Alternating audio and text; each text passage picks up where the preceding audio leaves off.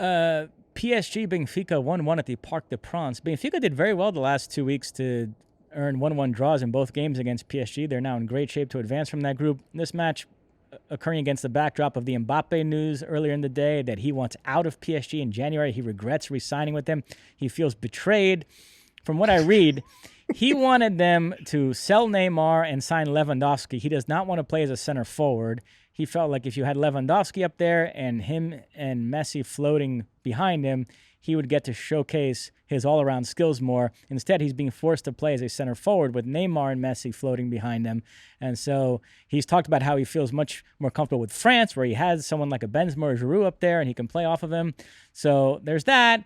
And just, I think, the general feeling that he didn't like the moves they made this summer and he doesn't think they're going to win the Champions League again this season. Whatever the case, he's seemed very perturbed so far this season. And now, initially it was a Madrid newspaper, Marca, reporting this, so I kind of rolled my eyes and thought, okay, they're just trying to start trouble. But then the whole French media came in and said, no, yeah, it's true. He wants out in January, so now we'll have to see what happens with Mbappe.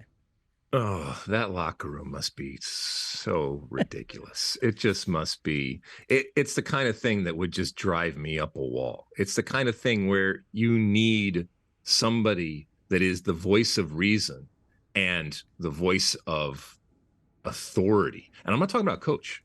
I'm talking about a player that at one point looks around and sees all of these terrific egos and undeniable world-class talents and does and says something to dramatically illustrate how you're screwing this up.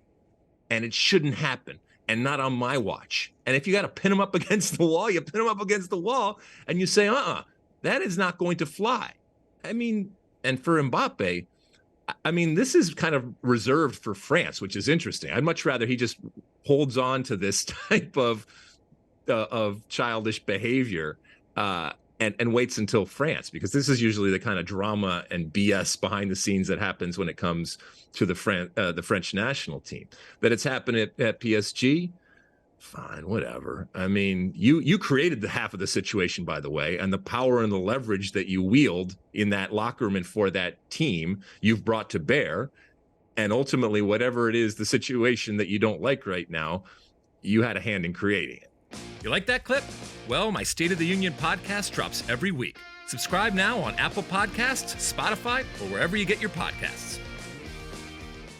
You like that clip? Well, my State of the Union podcast drops twice a week right here on my very own YouTube page. The only way to stay up to date is to hit that subscribe button down below. Size the day, and see you soon.